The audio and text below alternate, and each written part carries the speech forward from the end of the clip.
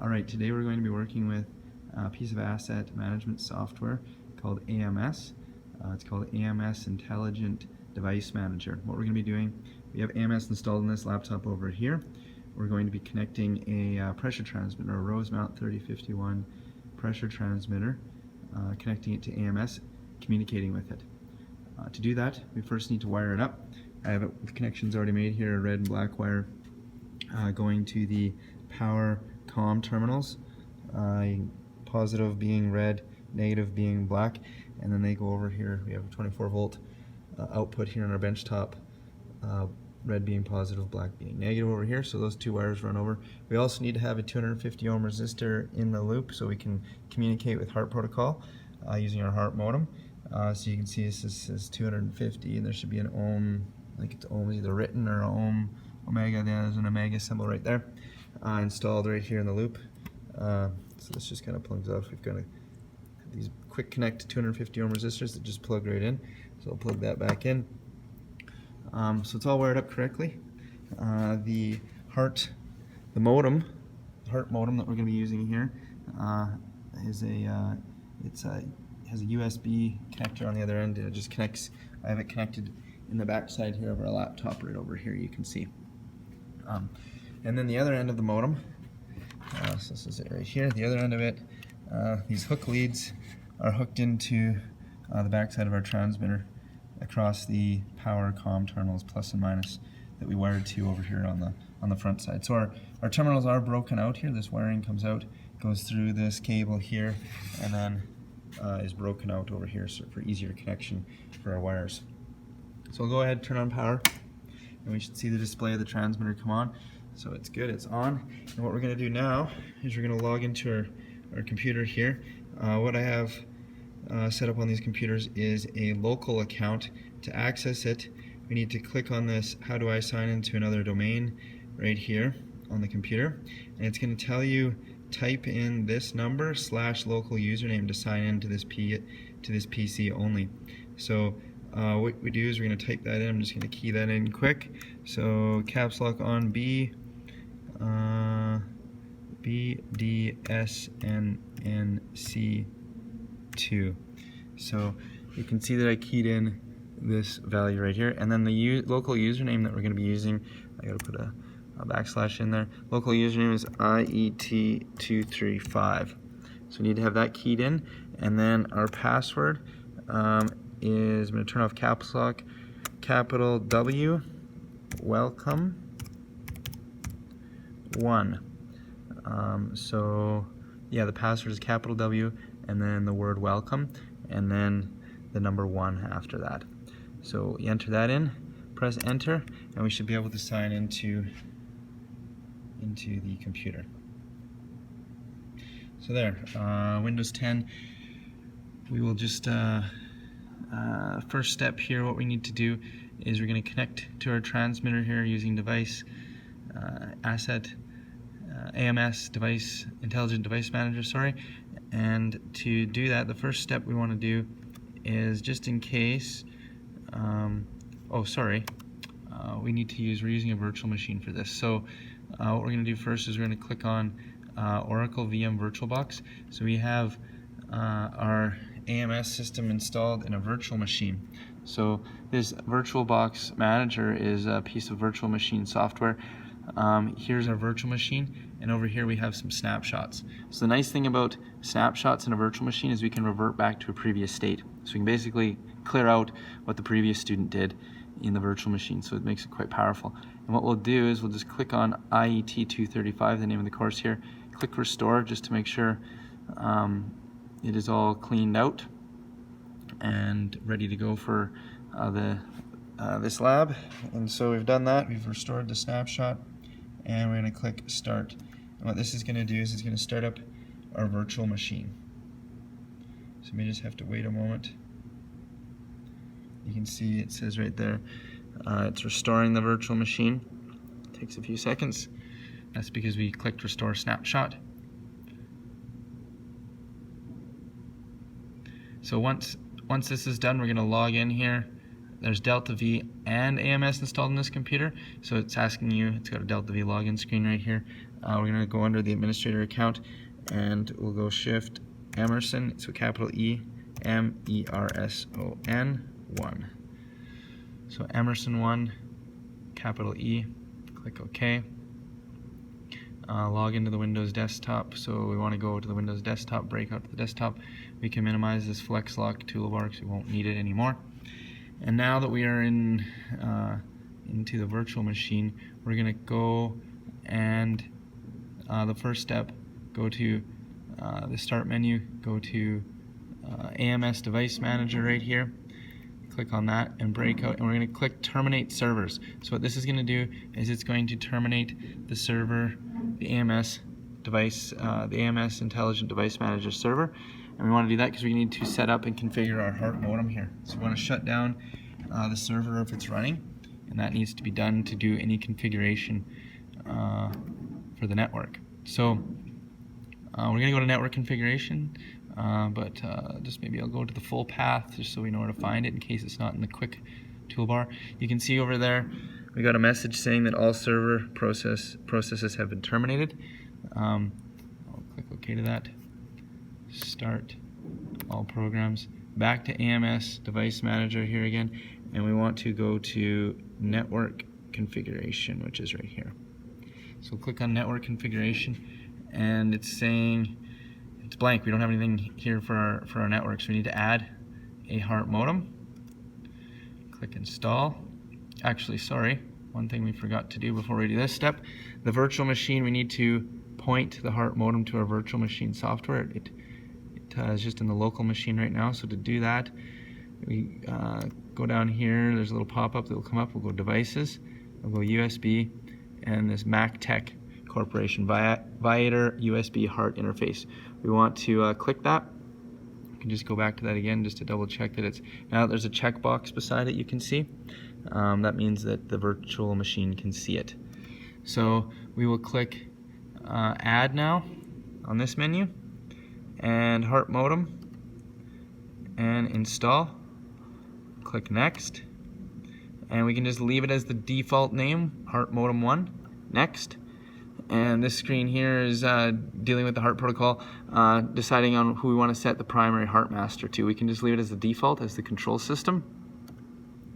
And the COM port here, the only one to select is COM 5. That's what the Hart modem is plugged into right now. So we'll click that one, click Next, and we'll leave. These are more settings for the Hart protocol for multi-drop and wireless, but we aren't going to be working with that, so we'll click Finish. And there it's configured. And close it. And now we're going to go actually into the actual software now for AMS. All programs, AMS Device Manager, and then click on the actual AMS Device Manager right there.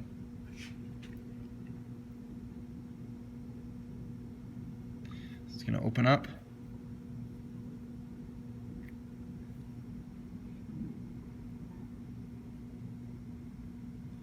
And once it is loaded, we will go over to our physical networks, drill down, click on our workstation here. It should be a WIN number. Might be different on each computer. And then click Hart modem here. And there, you can see right here, our Rosemount 3051 pressure transmitter. We have had successful communication. So we need to make sure that the power is turned on and our Hart modem is plugged in, and we've got the wiring all connected correctly for this to work. So that's the first step. The next task is going to be renaming the transmitter here to PT235, performing a 0 on the transmitter, and then ranging it for 0 to 100 kPa. So I've already changed the name here, but just to demonstrate on how to do that, it's likely going to be the date that this device was added to the AMS database. So to change that though, we would go down and click rename, and then key in PT235 just like we have there, and then press enter, and you can see there it's held as PT235. The next thing we're going to do is we're going to right click and go to overview here, and that's going to open up a screen here on the device with different menus that we can go to.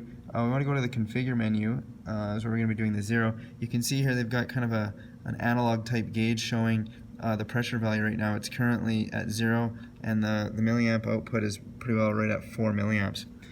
So what we'll do is click on configure, and the 0, you can see we're going to click 0 right here, and I'll just take you over to the transmitter right now.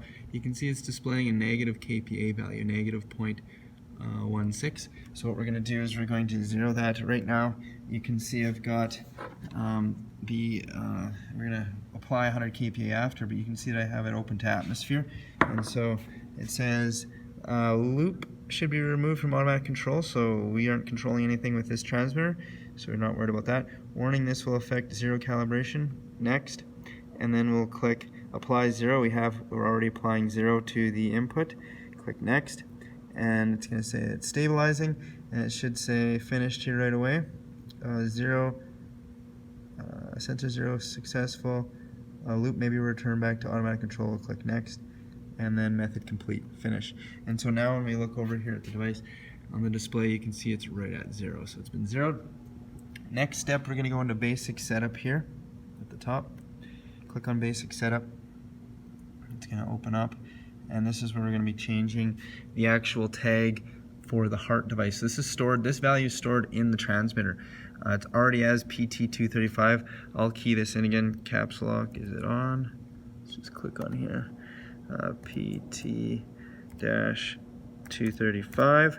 Key that in, and that's all we need to change there. So we've changed the tag in both locations, in the device and in the AMS database. We're going to click next down here, and it's going to bring up another menu. We want to make sure that our pressure units, we can select different pressure units here. We want to make sure that they are kPa.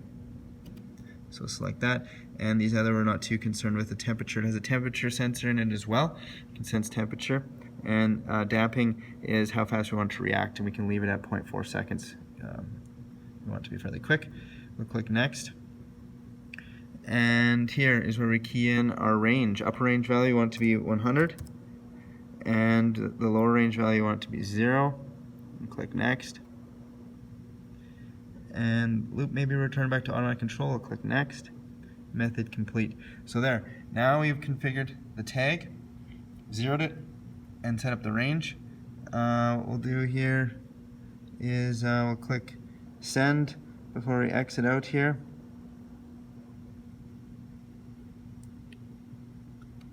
Oh, I guess, yeah, sorry, close. If we were making changes here on this main screen, that's when we would click send to apply them. But since we made them by navigating to another menu, it sent the changes to the transmitter. So we'll click close, and what I'll do is I'll apply, I'm going to connect pressure up here to our, I want to make sure that this is bled down. Yes, we're at 0 kPa on the high pressure side here. It's been zeroed, and we're going to connect up. And if we adjust our regulator over here, we should see the pressure climb. And we're concerned with the bottom value there. We are up to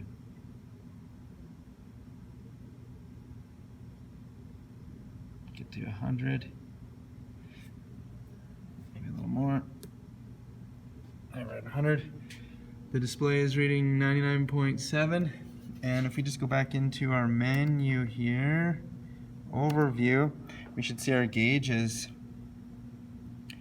They should be right up to, yep, you can see right close to 20 milliamps and 100 kPa.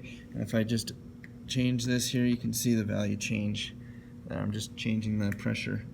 So there, it's working. Okay, so we'll close this. The last thing I wanted to show you, the reason why I changed this tag here, so this tag and the Hart tag are independent of each other.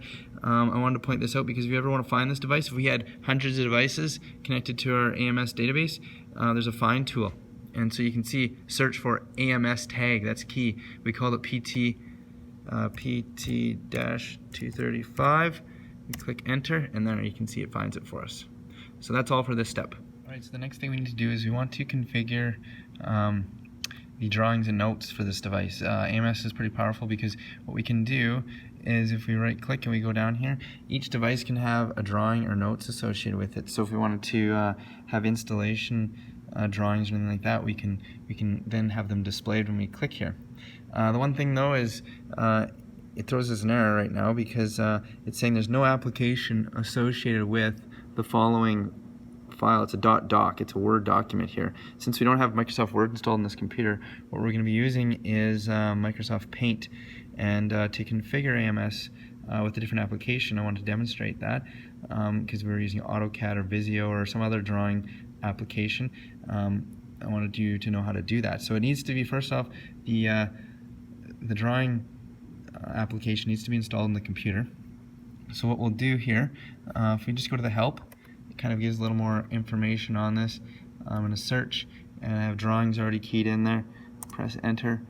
Default template. So this here tells us, it says the file template.doc is the default template for drawings and notes. It tells us where it's stored here. It's in the ams.db directory on the server plus station, which is this computer. So what we're going to do is we're going to go find that. We're going to minimize this stuff here, and right here you can see I'm going to go back. Let's actually close this. We'll go to computer, go to our hard disk, AMS, and DB. So this is the folder we're looking for. We scroll down, right down here, there's our template.doc file. What we want to do is want to go ahead and delete that. It's going to say yes. It's going to ask you if you want to delete it. We're going to click yes. And I should already have on my desktop, yes. I have a template file made. It's a .bmp, which is a Paint file, Microsoft Paint file. We'll just copy it into there, and it's ready to go. So now what it's going to do is it's going to take whatever file is named template here and open that for a device.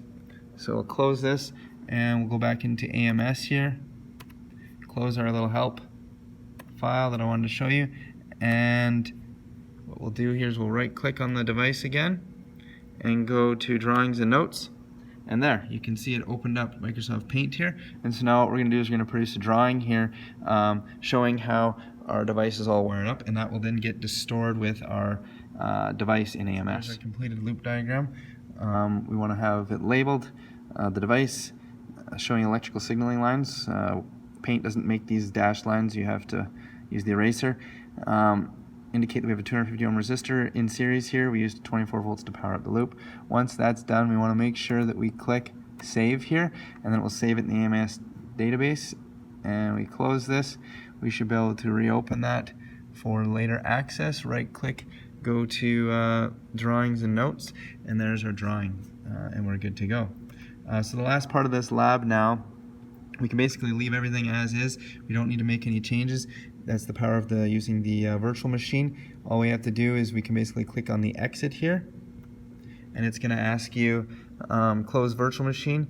We're going to say yes, power off the machine, and we're going to restore it to the current snapshot. It's going to erase all work that was done. So make sure you show your instructor the work you've done before doing this, and click OK. And then we are back to square one. We can close this and shut down the computer.